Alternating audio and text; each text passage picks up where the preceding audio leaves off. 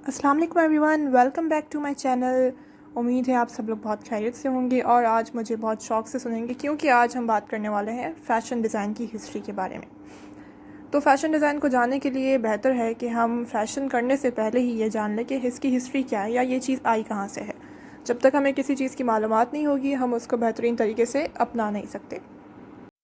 तो जी शुरुआत fashion design की इस तरह से हुई या कि इसकी हिस्ट्री हम अगर कहें तो हम जब हिस्ट्री की बात करते हैं तो ऑब्वियसली ये तो हर किसी को पता है कि फ़ैशन डिज़ाइन की शुरुआत और द हब ऑफ फैशन जो कहलाता है वो है हमारा यूरोप में इटली में एक जानी मानी शख्सियत थी चार्ल्स फ्रेडरिक वर्थ, जिसकी वजह से फ़ैशन डिज़ाइन इंट्रोड्यूस हुआ, या कि ऐसे कहें कि वो पहला बंदा था जिसने एक गारमेंट स्टिच किया, कुछ कलेक्शन बनाई और फिर उस पर अपना लेबल लगवाया।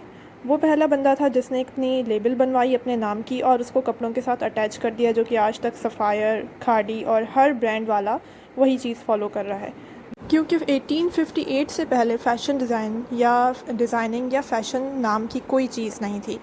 उससे पहले सिर्फ एक ही चीज़ होती थी, वो थी कॉस्ट्यूम डिज़ाइन, जैसे कि टेलर मेड गारमेंट या perfectly made for one person या कोई स्पेसिफिक क्लाइंट के लिए बनाए जाएं, मेड टू ऑर्डर हो, किसी की साइज़ पे बनाए जाएं, जैसे कि टेलर्स आजकल काम करते हैं।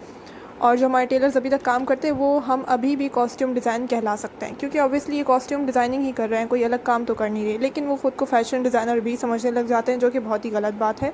ज़मीन आसमान का फ़र्क है इन दोनों चीज़ों में। इस पर भी हम एक डिटेल वीडियो बनाएंगे कि what is the difference between tailoring and fashion designer, ताकि कोई अगर टेलर है यूट्यूब पे तो वो भी हमें सुन सके और ख़ुद को हल्का ले।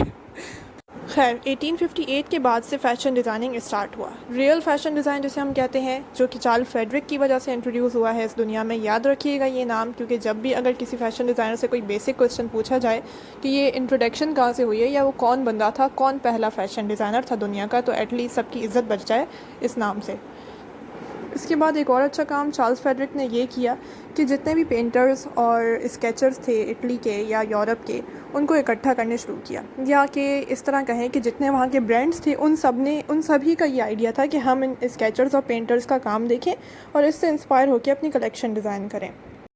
अब एक कलेक्शन डिज़ाइन करने के लिए जितनी नीड होती है टूल्स की, जितनी हमें नीड होती है इंस्पिरेशन की, ये सिर्फ एक डिज़ाइनर ही जान सकता है।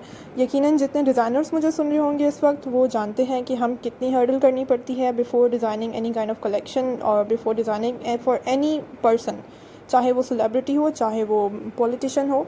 हर किसी की ड्रेस कोड जो है वो डिफरेंट होता है और हर किसी की ड्रेस कोड की इंस्पिरेशन तक पहुँचना एक और बड़ी लंबी कहानी होती है।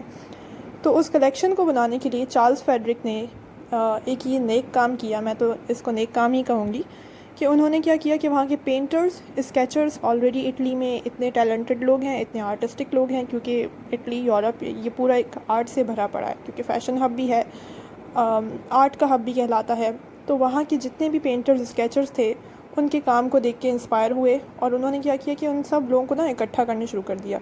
ये खाली चार्ल्स फ्रेडरिक ने नहीं, वहाँ के बाकी ब्रांड्स ने भी सेम काम किया। उन्होंने किसी ने पेंटर को हायर किया, किसी ने स्केचर को हायर किया, फिर ये क्रॉकीज़ वाला सिस्टम हमारा शुरू हुआ, स्केचिंग स्टार्ट हुई हमारी। वो एक नया भी दौर था जहाँ पे ना इतना फैब्रिकेशन थी, ना मटेरियल था। तो उन लोगों ने ये सोचा कि अब जब हम कोई डिज़ाइन कलेक्शन बनाएंगे तो उससे पहले before making any kind of garment या before doing any kind of work which takes like about an hour या 2 आवर्स या 3-4 डेज़, तो उन्होंने अपने टाइम को और मनी को सेव करते हुए उन स्केचर्स से स्केचिंग शुरू कराई कि अगर हमारा कोई क्लाइंट हमें कोई ऑर्डर देता है तो तुम उसको पहले वो स्केच करके दिखा दो, अगर उसे वो पसंद आता है तो ठीक है, वरना हम उसके लिए कोई और हल निकाल देंगे। क्योंकि अक्सर वहाँ पे ये होता था कि उनके जितने भी गारमेंट्स थे वो लोगों के ऑर्डर हुए या उन्होंने बनाए तो उनके काफ़ी चीज़ें ज़ाया हो रही थी।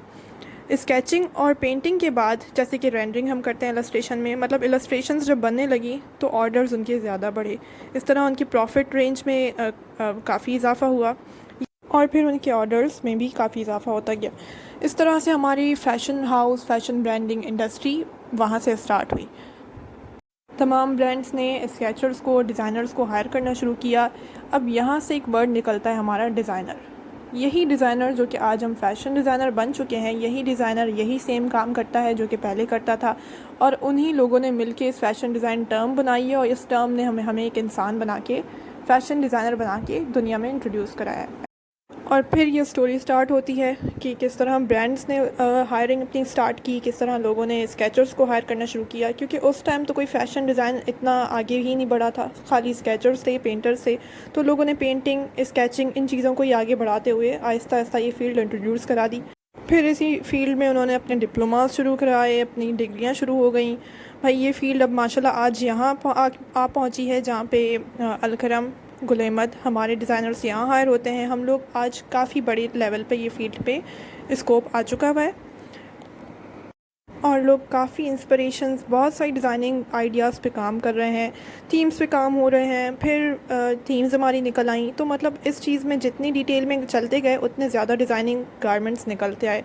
फिर वो गारमेंट्स जो कि हमारे सेलिब्रिटी पहनते हैं, उनकी ऑर्डर मेड कलेक्शंस और ये सब चीज़ें काफ़ी हद तक आगे बढ़ चुकी हैं और इन चीज़ों से उन्हें प्रॉफिट भी काफ़ी मिलता है।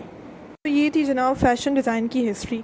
अब हिस्ट्री को अगर देखा जाए तो काफ़ी लंबी हिस्ट्री है, जिस पे हमारे यूनिवर्सिटी में जो है नोट्स भी दिए जाते हैं। काफ़ी जगहों पे लंबे लंबे 6 पेजेस के नोट्स बना दिए गए हैं और फ़ैशन डिज़ाइन को इतना मुश्किल करार दिया गया है कि अस्तगफिरुल्लाह। जैसे कि हमारे फर्स्ट सेमेस्टर में हमारे पास 100 स्टूडेंट्स होते थे, जिनमें फ़र्स्ट सेमेस्टर में पढ़ने के बाद, क्योंकि लोग समझते हैं फ़ैशन डिज़ाइन एक हल्की सी चीज़ है, 2-3 स्केचेस बना के और हम डिग्री ले लेंगे, तो ऐसा कुछ नहीं है।